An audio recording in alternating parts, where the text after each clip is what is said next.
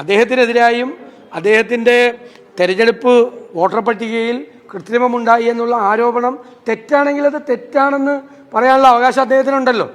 അദ്ദേഹം അത് ചെയ്യുന്നില്ല എന്ന അർത്ഥം, അതിൻ്റെ അർത്ഥം നമുക്ക് മനസ്സിലാക്കേണ്ടത് അദ്ദേഹത്തിന് പ്രതിരോധിക്കാൻ ഒന്നുമില്ലെന്നുള്ളതാണ്. അല്ല, ഇത് നമ്മൾ മനസ്സിലാക്കേണ്ട ഒരു കാര്യം, കഴിഞ്ഞ പൊതു തെരഞ്ഞെടുപ്പിൽ ഇത് രാജ്യവ്യാപകമായി ഇത് ചെയ്തു.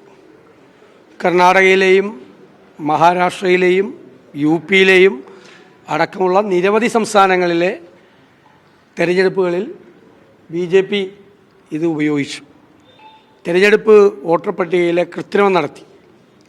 അതിൻ്റെ ഭാഗമായി കേരളത്തിൽ അവർ നേരത്തെ തൊട്ട് വർക്ക് തുടങ്ങി, അവർക്ക് സാധ്യത ഉണ്ട് എന്ന് അവർ പ്രതീക്ഷിച്ച തൃശ്ശൂർ പാർലമെൻറ്റ് നിയോജകമണ്ഡലത്തിൽ ഇക്കാര്യം ചെയ്തു. ഇതിപ്പോൾ രാഹുൽ ഗാന്ധി ദേശീയതലത്തിലുള്ള ഈ വിഷയം പുറത്തു കൊണ്ടുവന്നതിന് ശേഷം വന്ന വാർത്തയല്ല. അന്നത്തെ തൃശ്ശൂർ DCC പ്രസിഡന്റ് ഈ സംബന്ധിച്ച് പരാതി കൊടുത്തിരുന്നു. LDFിൻ്റെ സ്ഥാനാർത്ഥിയായി മത്സരിച്ചിരുന്ന സുനിൽകുമാർ ഇതിനെ സംബന്ധിച്ച് പരാതി നൽകിയിരുന്നു. അപ്പോൾ ധാരാളം പരാതികൾ അന്ന് തന്നെയുണ്ട്. അന്ന് കളക്ടർക്ക് പരാതി കൊടുത്തപ്പോൾ കളക്ടർ പറഞ്ഞത് വോട്ടർ പട്ടികയിൽ പേര് വന്നു കഴിഞ്ഞാൽ പിന്നെ അവർക്ക് വോട്ട് ചെയ്യാൻ അനുവദിക്കുക എന്നല്ലാതെ വേറെ മാർഗ്ഗമില്ല എന്നുള്ള നിലപാടാണ് അന്ന് ജില്ലാ ഭരണകൂടവും അന്ന് എടുത്തത്. അപ്പോൾ ഇതിപ്പോൾ പുതിയതായി കെട്ടിപ്പൊക്കിക്കൊണ്ടുവന്ന സംഭവമല്ല. ഈ വിഷയം രാഹുൽ ഗാന്ധി കൊണ്ടുവന്നപ്പോൾ രാജ്യം മുഴുവൻ ഇത് ചർച്ചയായപ്പോൾ തൃശ്ശൂരിലെ വിഷയം കൊണ്ടുവന്നു. തീർച്ചയായിട്ടും അവിടെ വിജയിച്ച MP എന്നുള്ള നിലയിൽ അദ്ദേഹത്തിനും അദ്ദേഹത്തിൻ്റെ പാർട്ടിക്കും അതിൻ്റെ അകത്ത് ഉത്തരം പറയാനുള്ള പൂർണ്ണമായ ബാധ്യതയുണ്ട്. അവരത് പറഞ്ഞേ മതിയാവും, അവരത് പറയണം. വ്യാപകമായ ക്രമക്കേടുകൾ നടന്നിട്ടുണ്ട്.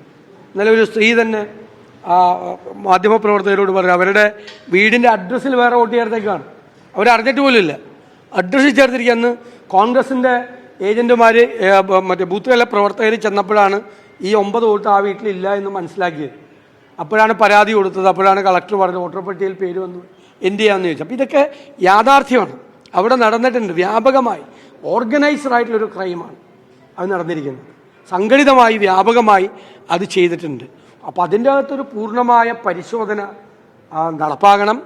അതിന് തെരഞ്ഞെടുപ്പ് കമ്മീഷൻ തയ്യാറാവണം. അതിന് സംസ്ഥാന ഗവൺമെൻറ് അതുമായിട്ട് പൂർണ്ണമായി അത് സഹകരിക്കണം. നമ്മുടെ BLOമാരൊക്കെ ഉണ്ടല്ലോ, ബൂത്ത് ലെവൽ ഓഫീസർമാർ, സംസ്ഥാനത്തെ തെരഞ്ഞെടുപ്പ് കമ്മീഷൻ വയ്ക്കുന്ന ആളുകളല്ലേ.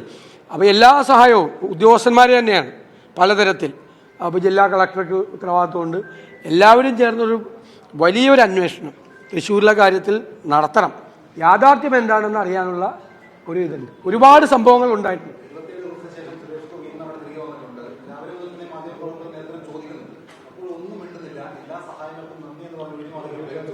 അല്ല, അതങ്ങനെ പാടില്ല. ഇപ്പോൾ നമുക്ക് ആരോപണങ്ങളെല്ലാം രാഷ്ട്രീയ നേതൃത്വത്തിൽ നിൽക്കുന്നവർക്ക് ഉത്തരവാദിത്തപ്പെട്ട സ്ഥാനങ്ങൾക്കെതിരെ ഉണ്ടാവും. ശരിയായ ആരോപണങ്ങൾ ഉണ്ടാവും, തെറ്റായ ആരോപണങ്ങൾ ഉണ്ടാവും.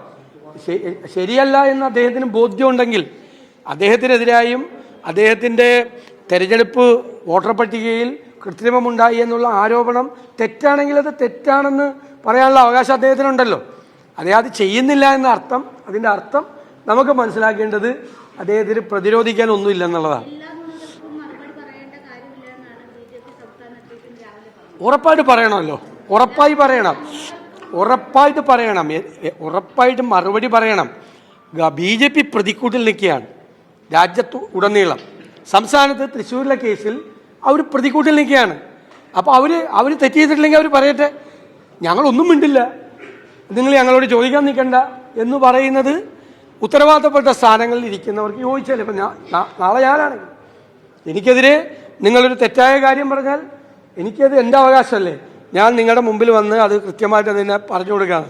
ഞങ്ങളൊന്നും പറയില്ല, ഞങ്ങൾക്കൊരു ബാധ്യതയില്ല, ജനങ്ങളോട് ബാധ്യതയുണ്ട്.